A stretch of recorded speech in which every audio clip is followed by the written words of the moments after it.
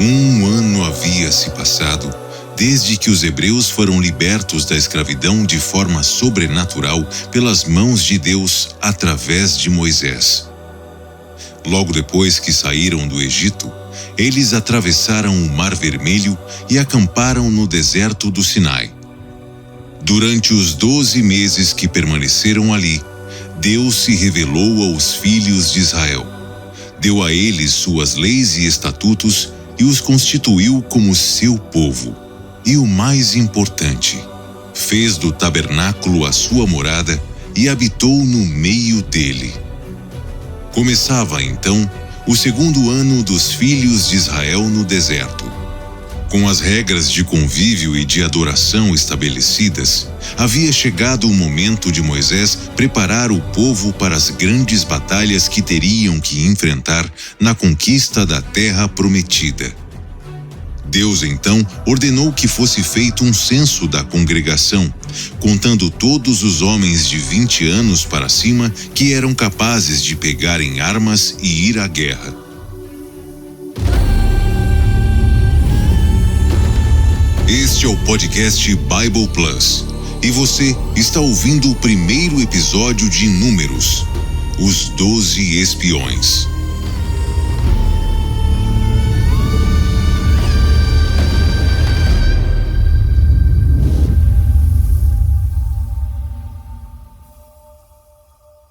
O livro de Números narra a jornada dos israelitas a partir do Monte Sinai.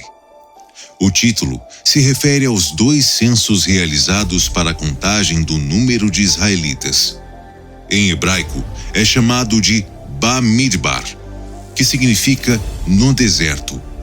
Pela tradição judaico-cristã, o livro de Números foi escrito por Moisés durante o período em que ele liderou o povo. Logo depois que o tabernáculo se tornou o local de adoração e o ponto central do acampamento, os filhos de Israel celebraram a Páscoa pela primeira vez desde que tinham saído do Egito. No mesmo dia 14, ao cair do sol, exatamente um ano depois, cada família se juntou para comer um cordeiro assado, pães asmos sem fermento e ervas amargas. Lembra que mostramos no episódio 5 de Êxodo como foi a Páscoa dos hebreus antes de serem libertados? O fermento simbolizava o pecado. Além disso, os hebreus prepararam tudo com tanta pressa para ir embora que não houve tempo para o pão fermentar. E as ervas amargas serviam para relembrar o amargor da escravidão. Agora, reunidos como povo, poderiam enfim comemorar a liberdade. Acompanhem a seguir a organização dos filhos de Israel em tribos, a jornada rumo a Canaã e a insatisfação que custou para muitos a própria vida.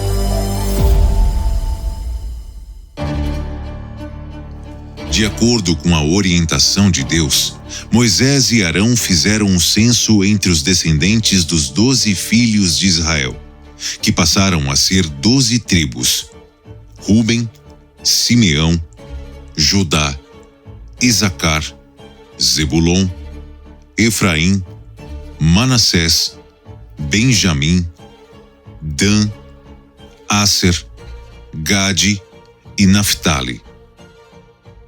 Cada tribo era representada por um líder, também chamado de príncipe. Notem que Efraim e Manassés não eram filhos de Israel, mas netos.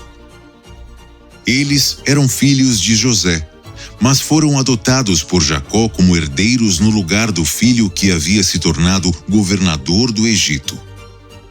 Lembra que Jacó teve seu nome trocado por Deus para Israel? Você pode ouvir essa história no episódio 4 de Gênesis. Sendo assim, toda vez que citamos filhos de Jacó, estamos falando dos filhos de Israel. Trata-se da mesma pessoa. Já os descendentes de Levi foram separados por Deus para o sacerdócio, como vimos no episódio anterior do livro de Levítico. Por isso, Efraim e Manassés substituíram José e Levi. Depois que o censo foi concluído, Moisés e Arão constataram que haviam 603.550 homens aptos para guerrear. Somente os levitas não foram contados, pois eles tinham a responsabilidade de cuidar do tabernáculo. Deus, então, ordenou que a multidão acampasse em volta do tabernáculo de acordo com a tribo a qual pertenciam. Segundo o historiador Flávio Joséfo, Moisés ficou preocupado sobre como colocaria isso em prática, achando que o povo iria reclamar. Mas Deus o tranquilizou, conforme escreveu o historiador dizendo: Calma, Moisés. Eles sabem onde devem acampar. Seus antepassados lhes contaram as últimas palavras de Jacó.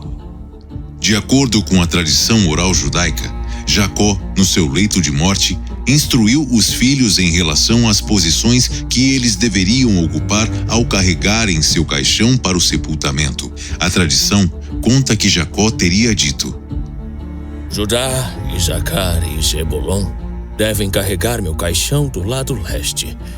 Ruben, Simeão e Gade pelo lado sul. Efraim, Manassés e Benjamim pelo oeste. E Dan, Asser e Naphtali pelo norte. José, entretanto, não deve carregá-lo, pois é um rei, e não é honroso para ele levar uma caixa funerária. Levi também não vai carregar, pois um dia seus descendentes levarão a arca de Deus.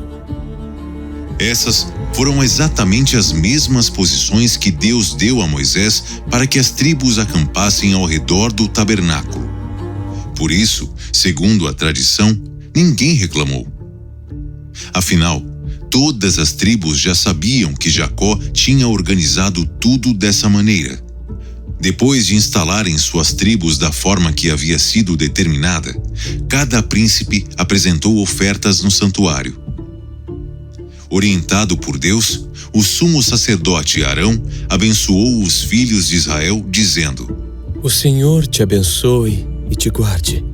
O Senhor faça resplandecer o rosto sobre ti e tenha misericórdia de ti. O Senhor sobre ti levante o rosto e te dê a paz. Até hoje, a bênção sacerdotal de Arão é proferida pelos judeus, descendentes de Levi, durante os Shabats, nas sinagogas do mundo inteiro e nas festas judaicas realizadas no Muro das Lamentações, em Israel. Finalmente, agora que o povo estava organizado, Deus chamou Moisés e orientou: Faça 2 trombetas de prata. Com elas você chamará o povo para se reunir e dará o sinal de partida do acampamento. Cada tipo de toque tinha uma função, como Deus continuou explicando. Quando as 2 trombetas forem tocadas juntas e os toques forem longos, toda a congregação deverá se reunir na entrada do tabernáculo. Porém, quando só uma trombeta for tocada, apenas os príncipes das tribos irão até você. Quando o som das trombetas for curto e forte, as tribos acampadas a leste devem se preparar para partir. Quando forem tocadas dessa forma pela segunda vez, significa que é a vez das tribos que estão ao sul começarem a sair. Somente os sacerdotes, descendentes de Arão, poderão tocá-las. Ao ouvir o som das trombetas, o povo atendia o chamado de Moisés e discernia pelo toque o que era para fazer. Depois de 1 ano acampados no deserto de Sinai, entrando para o 2º ano, se ouviu em todo o acampamento: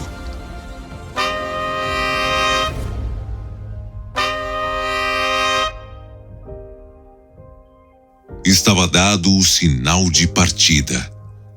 A nuvem, que cobria o tabernáculo representado a presença de Deus, também se moveu, indicando que era hora de avançar.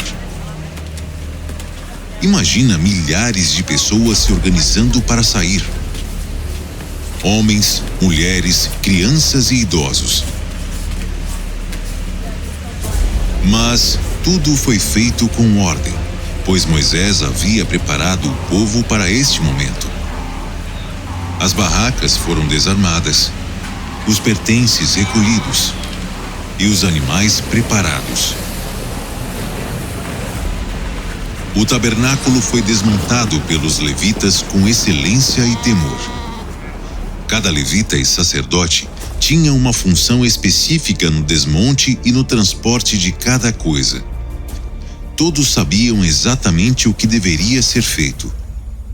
Todos os elementos, objetos, móveis, cortinas, tudo que envolvia a casa de Deus era tratado com extremo zelo. E quando tudo ficou pronto, a multidão começou a marchar.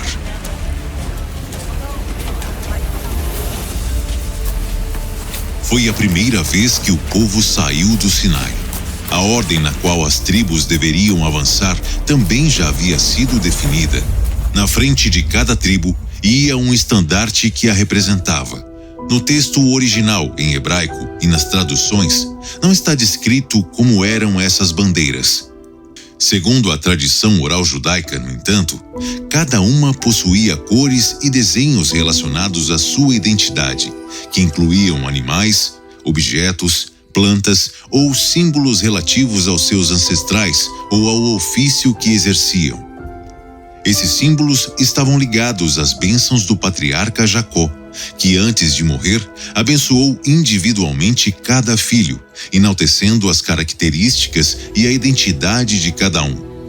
Assim, por exemplo, Judá foi retratado com o desenho de um leão, pois seu pai declarou que ele era como esse animal e de sua descendência sairiam reis.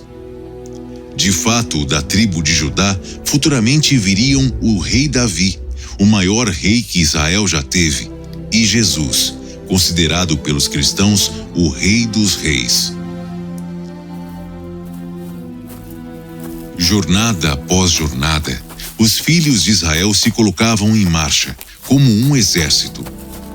Quando a nuvem se detinha em algum local, o povo parava, acampava e ali permanecia até que ela voltasse a se mover. E quando ela se levantava, eles partiam. Moisés então dizia: Levanta-te, Senhor! Dissipados sejam os teus inimigos! Moisés sabia que estava conduzindo o povo para a guerra. Em pouco tempo, eles finalmente chegariam à terra que havia sido prometida aos seus antepassados há milhares de anos. E lá, teriam que lutar pelo cumprimento da promessa para serem vitoriosos. Apenas uma coisa poderia impedi-los de avançar: a murmuração. Os egípcios e outros estrangeiros que estavam no meio do povo começaram a se lamentar, dizendo: Ah, que vontade de comer carne! Que saudade dos peixes que a gente comia de graça no Egito. Lembram dos pepinos, dos melões, alhos silvestres, as cebolas? Como era bom! Mas agora a única coisa que nos resta é esse maná. Não aguento mais. Todo dia é a mesma coisa. Em questão de segundos, a reclamação de alguns contaminou a todos. Eles se esqueceram completamente da opressão que sofriam quando eram escravos. Também não avaliaram que o tempo no deserto seria transitório.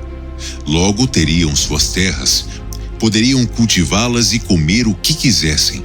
Mas não, só conseguiram pensar em satisfazer um desejo imediato e não foram gratos pelo pão que caía do céu diariamente para suprir suas necessidades. O povo chorou e se queixou. Vendo aquilo, Moisés ficou muito irritado e disse a Deus: Por que o Senhor fez isso comigo? Será que eu não encontrei favor diante de seus olhos para que colocasse sobre os meus ombros a carga de todo esse povo? Moisés perdeu a paciência e desabafou com Deus. Ele continuou dizendo: Por acaso fui eu que concebi toda essa gente? Fui eu que dei a luz a este povo para que me diga: carregue-o no colo, como uma mãe que leva a criança que mama à terra que o Senhor prometeu dar a seus pais? Onde eu vou arrumar carne para todo mundo? Eu não posso levar a carga desse povo. É pesada demais para mim. Se é para ser assim, peço que me mate de uma vez para que eu não veja a miséria da minha vida. Pelo jeito, até Moisés foi contaminado com as lamúrias do povo. Deus respondeu dizendo: separe 70 anciãos de Israel, que sejam líderes na congregação. Tirarei do espírito que há em você e o porei sobre eles para que te ajudem, e você não leve a carga do povo sozinho. Moisés escolheu os homens e Deus os capacitou, conforme tinha falado. Agora, Moisés poderia contar também com o apoio desses líderes. Depois de resolver esse assunto, Deus então lidou com as exigências do povo. Ele avisou Moisés: diga a eles que amanhã todos comerão carne, já que ficaram chorando no meu ouvido, dizendo: quem nos dará carne para comer? E falando que estavam bem no Egito. Pois eu darei a eles carne, e comerão não só um dia, nem 2, nem 5, nem 10, nem ainda 20, mas um mês inteiro, até se empanturrar e sair carne pelos narizes. Porque rejeitaram o Senhor que está no meio deles, dizendo: por que saímos do Egito? Olha que interessante. O povo reclamou para Moisés, mas Deus afirmou que a reclamação foi contra ele. Os ânimos estavam tão inflamados que até Moisés não conseguiu confiar. Ele retrucou para Deus, questionando: 600.000 homens pedem carne, e o Senhor diz que vai dar carne para esse povo comer por um mês inteiro. Quantos rebanhos de ovelhas e vacas terão que ser mortos para satisfazê-los? Ou será que todos os peixes do mar juntos poderiam alimentar essa gente? Por acaso meu poder diminuiu? Pois você verá se a minha palavra irá ou não se cumprir. O nível de relacionamento entre Deus e Moisés era admirável. Eles conversavam como amigos, até discutiam. No dia seguinte, Deus soprou um vento forte, que trouxe codornas para o acampamento.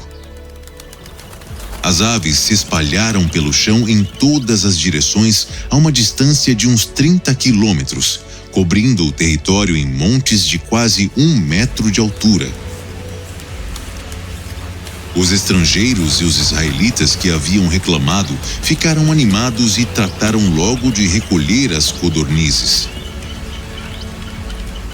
Por dias, eles saborearam a carne até se fartar. Comeram tanto que passaram mal e morreram. Imagina comer uma grande quantidade de carne debaixo do sol forte do deserto, depois de ter passado cerca de 1 ano comendo apenas maná, que era um alimento leve.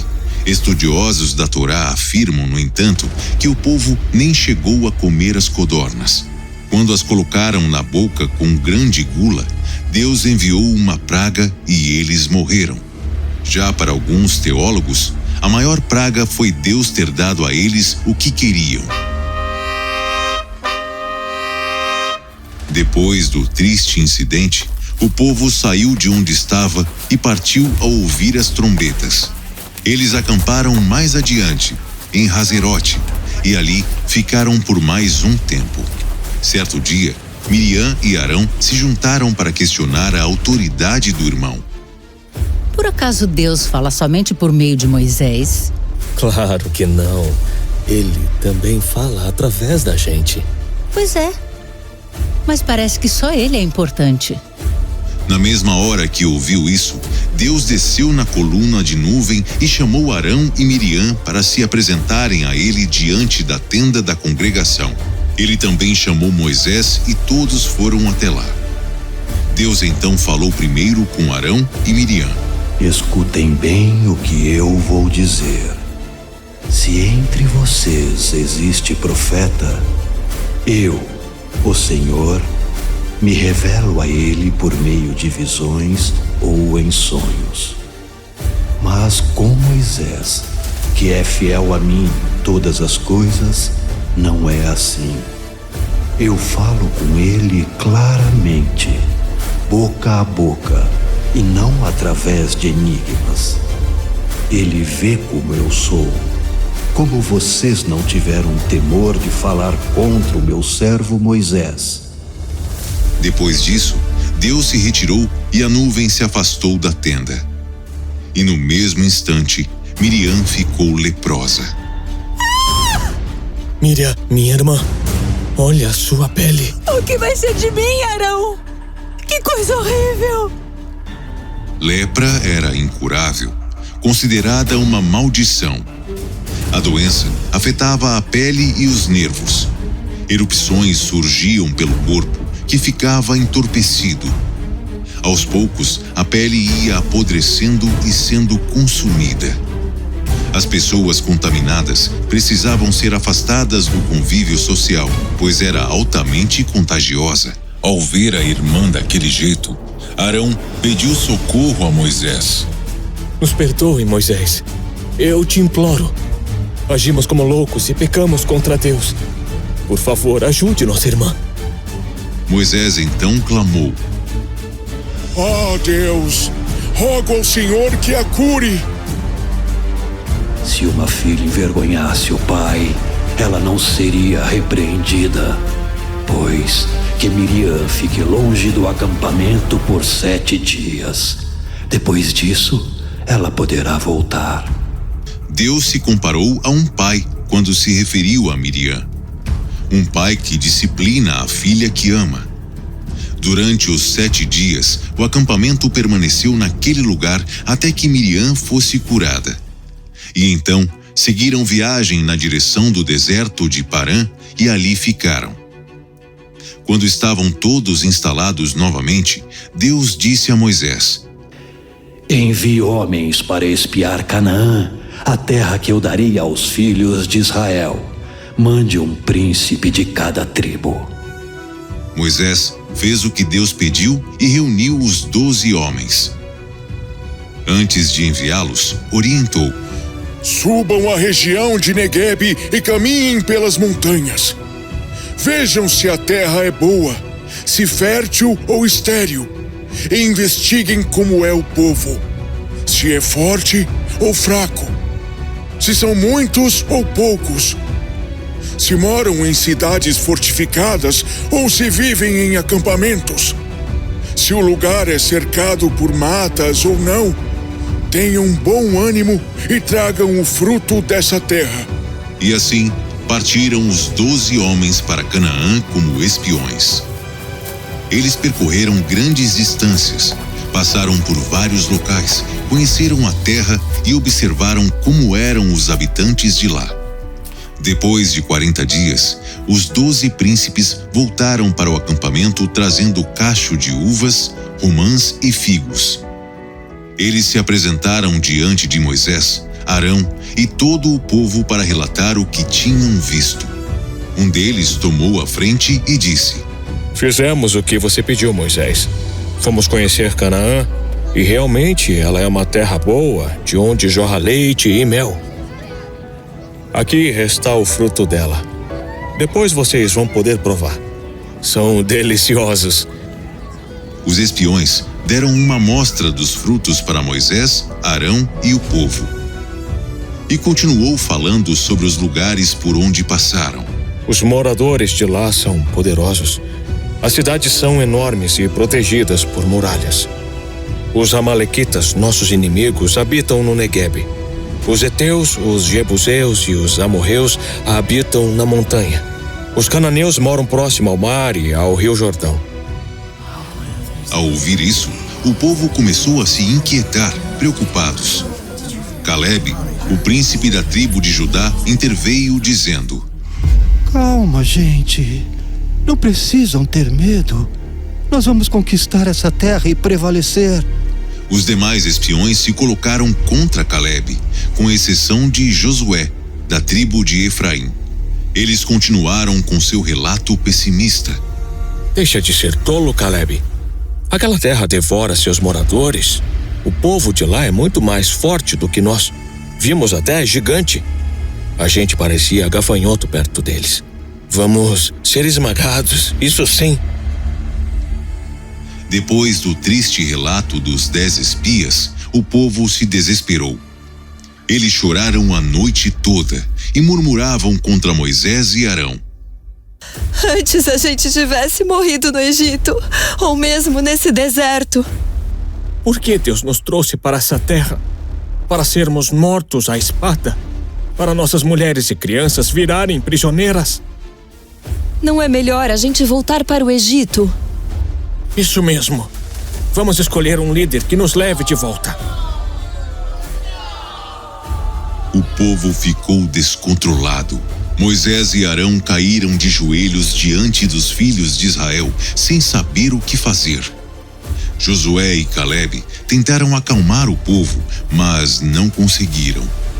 Eles rasgaram suas vestes em sinal de luto, como era costume entre os hebreus, e disseram: Por favor, se acalmem. Aquela terra é excelente. Se Deus se agradar de nós, vai nos fazer entrar em Canaã e nos dar a terra como prometeu. Não sejam rebeldes contra o Senhor. Nós vamos devorar aquele povo como se fosse pão. Eles não têm a proteção de Deus como nós temos. Deus está conosco.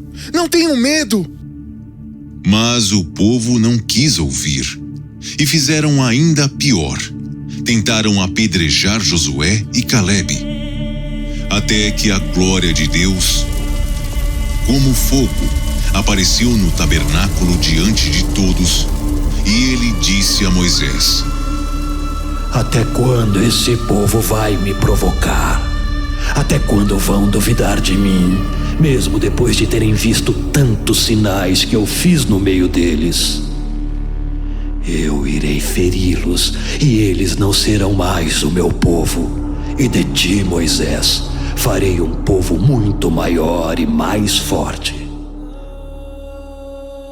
Aos 40 anos, Moisés fugiu do Egito depois de ter matado um egípcio para defender um rapaz hebreu. 40 anos depois, ele se descreveu como o homem mais manso que havia na terra. Certamente, o encontro e o relacionamento de Moisés com Deus o havia transformado. Mas ele já dava sinais de cansaço diante de tanta murmuração dos filhos de Israel. Deus, por sua vez, se irou contra o povo que nunca estava satisfeito. Abraão morreu sem tomar posse da terra que Deus lhe prometeu. Isaque e Jacó também não tiveram esse privilégio. Os filhos de Israel nunca estiveram tão perto de conquistar o que seus pais sonharam, mas no seu íntimo ainda não eram livres e preferiam voltar para a escravidão.